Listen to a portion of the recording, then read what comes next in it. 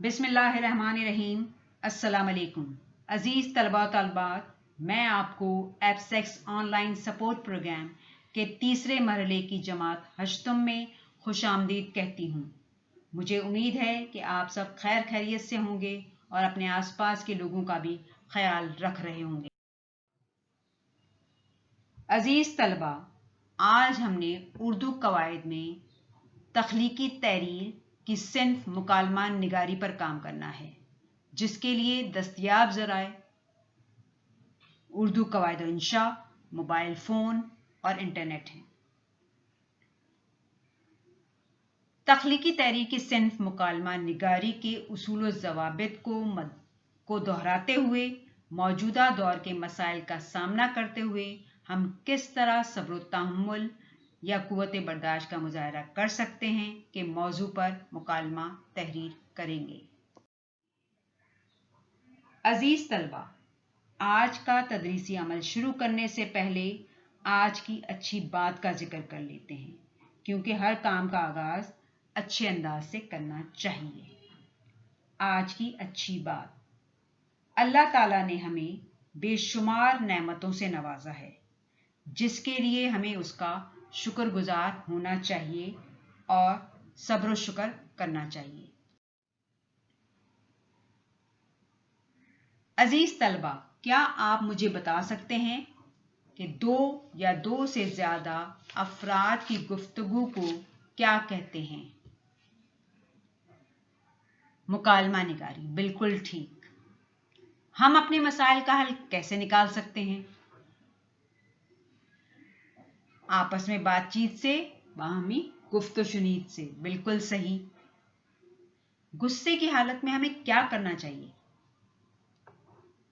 صبر و تحمل یا قوت برداشت کا مظاہرہ کرنا چاہیے۔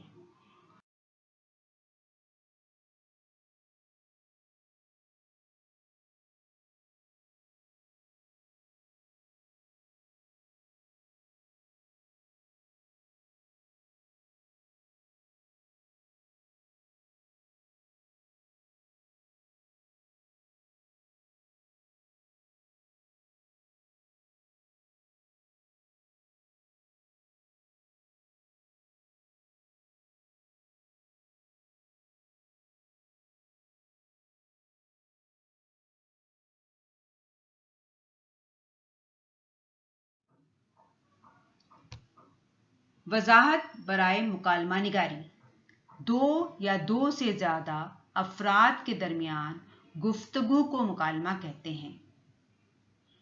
عام الفاظ میں اسے دو لوگوں کے درمیان بات چیت بھی کہا جاتا ہے، یعنی ہم ایک دوسرے سے جو بھی بات کرتے ہیں وہ مکالمہ ہی کہلاتا ہے۔ لہٰذا مکالمہ نگاری کو مشکل نہیں سمجھنا چاہیے۔ کسی بھی موضوع پر گفت و شنید کر کے ہی ہم مسائل کا حل نکال سکتے ہیں۔ مکالمہ نگاری کے اصول و ضوابط: نمبر 1، مکالمہ نگاری کرتے وقت اس بات کا خیال رکھا جائے کہ مکالمے کا انداز عام بول چال جیسا ہو۔ مکالمے میں حصہ لینے والے افراد کے احساسات اور محسوسات کو ہمیشہ حقیقی انداز میں تحریر کیا جائے۔ نمبر 3، جملے مختصر، واضح اور موضوع کے مطابق ہوں، بار بار ایک ہی جملے کی تکرار نہ ہو۔ نمبر 4، مکالمے میں جملوں کی مختلف اقسام یعنی منفی، مثبت اور سوالیہ استعمال کریں۔ نمبر 5، موضوع کے مطابق مکالمے کا اختتام مکمل، متوازن اور مناسب طریقے سے ہو، گفتگو نامکمل اور ادھوری محسوس نہ ہو۔ وضاحت برائے موضوع مکالمہ: موجودہ دور میں جس قدر ترقی ہو رہی ہے، اسی قدر ہم لحاظ اور بردباری کی روایتوں سے دور ہوتے جا رہے ہیں اور نفسا نفسی کی وجہ سے بے صبری کا مظاہرہ کرتے ہیں۔ مہنگائی، آلودگی اور بے روزگاری جیسے مسائل بڑھتے جا رہے ہیں، اور یہ مسائل و عوامل انسانی نفسیات اور شخصیت کو متاثر کرتے ہیں۔